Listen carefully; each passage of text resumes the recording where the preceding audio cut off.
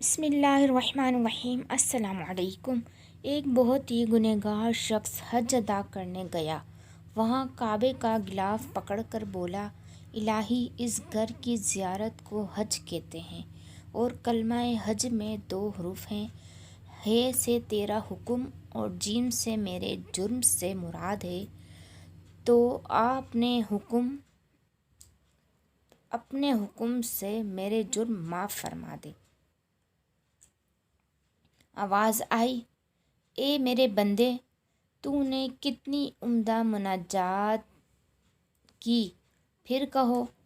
وہ دوبارہ نئے انداز سے یوں بولا، اے میرے بخشن ہار، اے غفار، تیری مغفرت کا دریا گنہگاروں کی بخشش و مغفرت کے لیے پرجوش ہے، اور تیری رحمت کا خزانہ ہر سوالی کے لیے کھلا ہے۔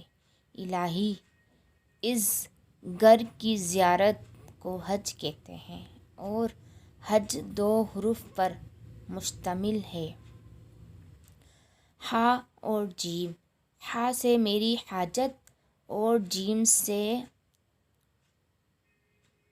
تیرا جود کرم ہے، تو اپنے جود و کرم سے اس مسکین کی حاجت پوری فرما دے۔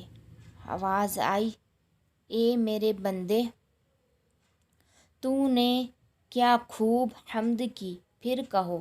وہ پھر عرض کرنے لگا، اے خالق کائنات، تیری ذات ہر عیب و نقص اور کمزوری سے پاک ہے، تو نے اپنی عافیت کا پردہ مسلمانوں پر ڈال رکھا ہے۔ میرے رب، اس گھر کی زیارت کو حج کہتے ہیں۔ حج کے 2 حروف ہیں، ح اور جیم۔ ح سے مراد اگر میری حلاوت ایمانی اور جیم سے تیرا جلال مراد ہے، تو اپنے جلال کی برکت سے اس ناتواں ضعیف بندے کے ایمان کی حلاوت کو شیطان سے محفوظ رکھنا۔ آواز آئی، اے میرے مخلص ترین عاشق و صادق بندے، تو نے